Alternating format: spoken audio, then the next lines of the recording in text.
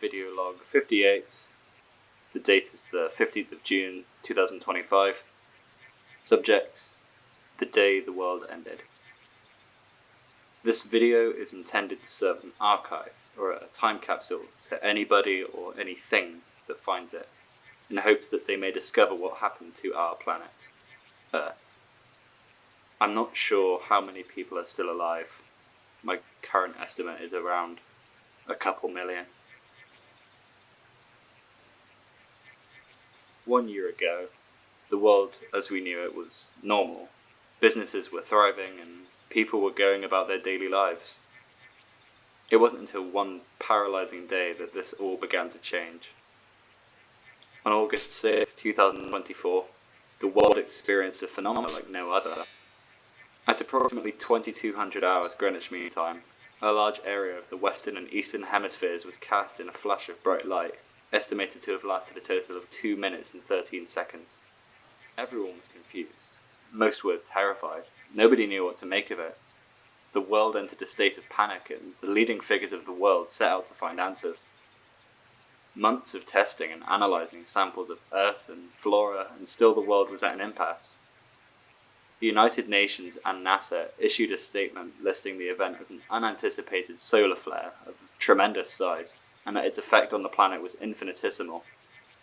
Most people took this as gospel and continued to go about their daily lives worry-free, though some were still skeptical as to the true cause of the intense light.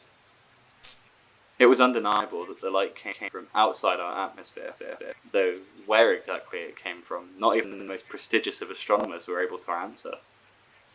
The world was tense. Beliefs were torn between the skeptics and those that trusted the government's word. Soon enough, everyone would see through the same eyes. The World Health Organization issued a statement revealing that there was a concerning increase in deaths due to asphyxiation worldwide, with no apparent cause. Yet again, the world didn't know what was happening. Not a single doctor knew what the catalyst for these deaths could be. Over the next few weeks, the numbers only started rising.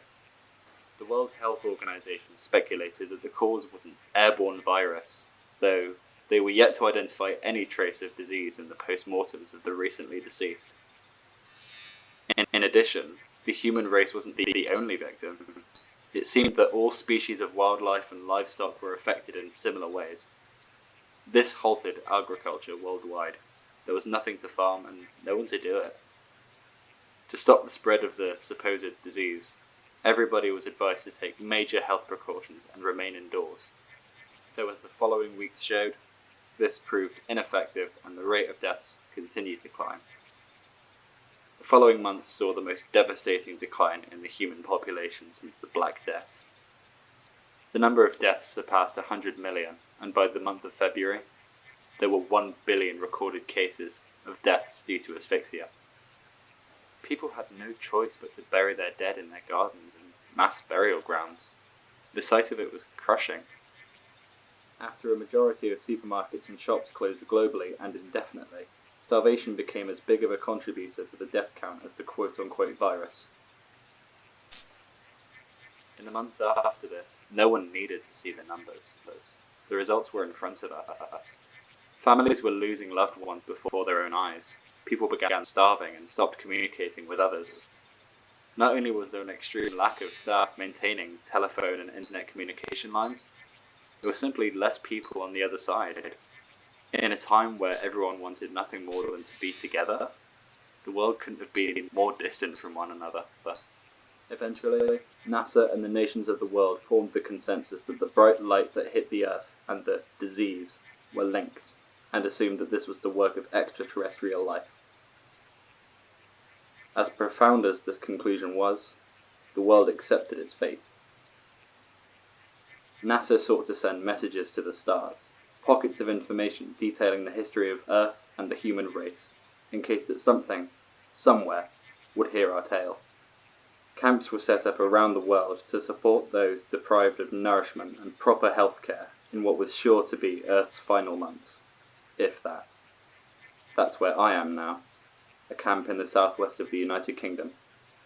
Tomorrow, the stewards will be collecting items from everybody to be sent out to space or buried underground in time capsules. One of those places should be where this video log is found. I hope that somehow, by a miracle, this torment will end, and that the few still surviving will rekindle the earth with civilization.